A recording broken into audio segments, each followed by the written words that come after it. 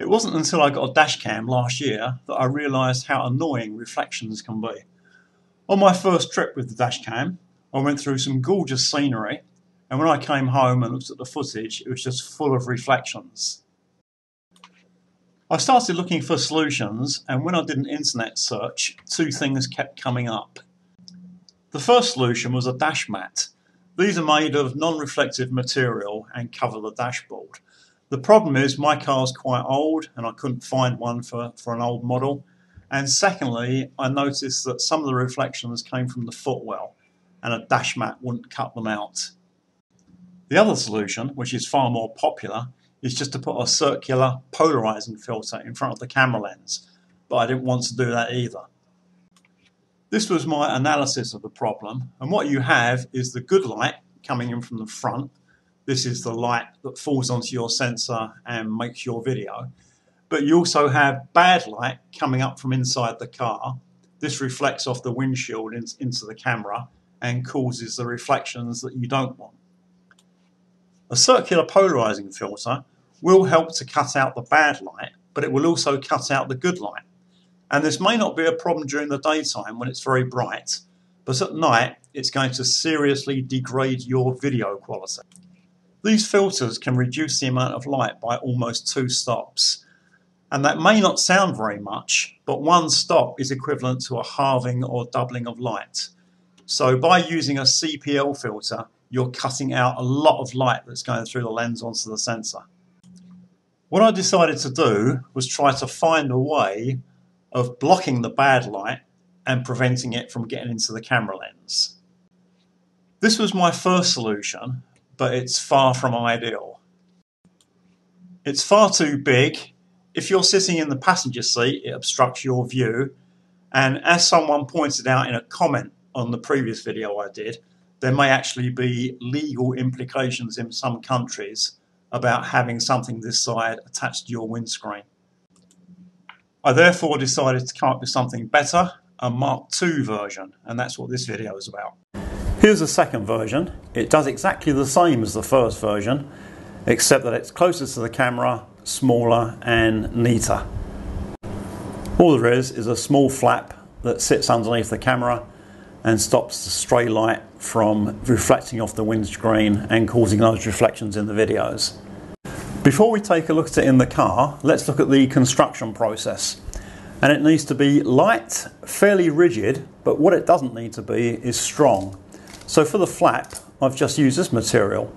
Where I bought it in Thailand, it's called Future Board. I'm not sure whether it might be called something else in other countries. And all it is just corrugated plastic. It's very light and fairly rigid.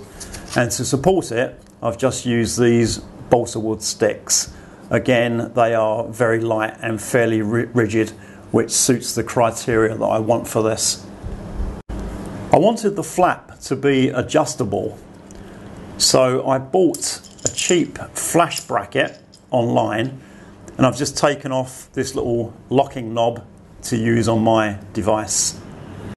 I painted the wood black to make it look a bit better, and it took me about an hour to make, not including the time it took for the paint to dry. In terms of cost, the flash bracket I needed to buy to get this locking wheel was 59 baht. I bought it online in Thailand from Lazada. That's about $2 US. And my wife is an art teacher, so there's always lots of arts and crafts materials in the house, so I didn't need to buy anything else. But if you do need to buy it, this Future Board and these little sticks are really cheap and easily available from any craft shop. Now let's go to take a look at it in situ in the car. Here it is in the car. It's not perfect, and I may still yet try to improve on this one and make a third version, but at least it's a lot better than that first version, which was so big. It didn't obstruct my vision when driving the car, but in the passenger seat it did obstruct the vision and it was quite annoying. So I think my passengers will be a lot happier now with this one. Don't get too hung up about design or trying to follow exactly what I did. There are many different models of car, many different models of dash cam, and every one of these devices is going to be slightly different. Just remember what I said earlier in the video about trying to block that stray light that comes from underneath. gets reflected off the windscreen and then goes into the camera. If you can do that, no matter how you do it, it will stop the reflections on your videos. One person commented saying that he was going to try a half piece of tube, and that sounds like quite a good idea. If you cut a piece of tube in half lengthways and then just attach it somehow underneath the lens, that should stop the stray light from being reflected into the camera. The only problem here is getting it exactly the right shape and size. You want it big enough so that it stops all the reflections, but you don't want it to actually be in the field of vision, otherwise you'll see it in your videos, which you don't want. There was a small problem with the first test run in that the future board flap was visible in the videos, and this is exactly the reason why I wanted that flap to be adjustable.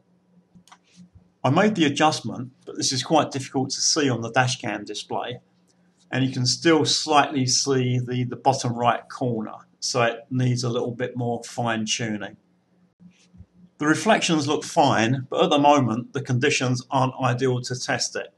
Ideally you need really bright sunny weather, and at the moment it's the rainy season in southern Thailand and it's quite dull and overcast with rain every day. With this kind of project, you never get it right first time, and it's just a case of keep making small changes until you do get it right. And I need to make another adjustment on the flap to get rid of that bottom right hand corner. And one more thing I might do is put some black felt onto the future board. Although the future board is black, it's still slightly reflective, and that might cause a problem when it's very bright and sunny. And coating it with a non-reflective material will be better, and black velvet should do the job. Anyway, I hope that's given you some ideas and food for thought.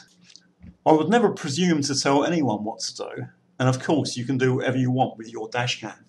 But just remember, if you put on a CPL filter, it will help to cut down reflections, but it will also seriously degrade the nighttime performance of your sensor because there's a lot less light going through the lens. In my humble opinion, I think it's better if you can fix the problem without using a filter, and you really don't want to get into a situation where you're having to put a filter on and off depending on how light it is outside. If you have any comments, questions or suggestions, please leave them below, and thank you for watching.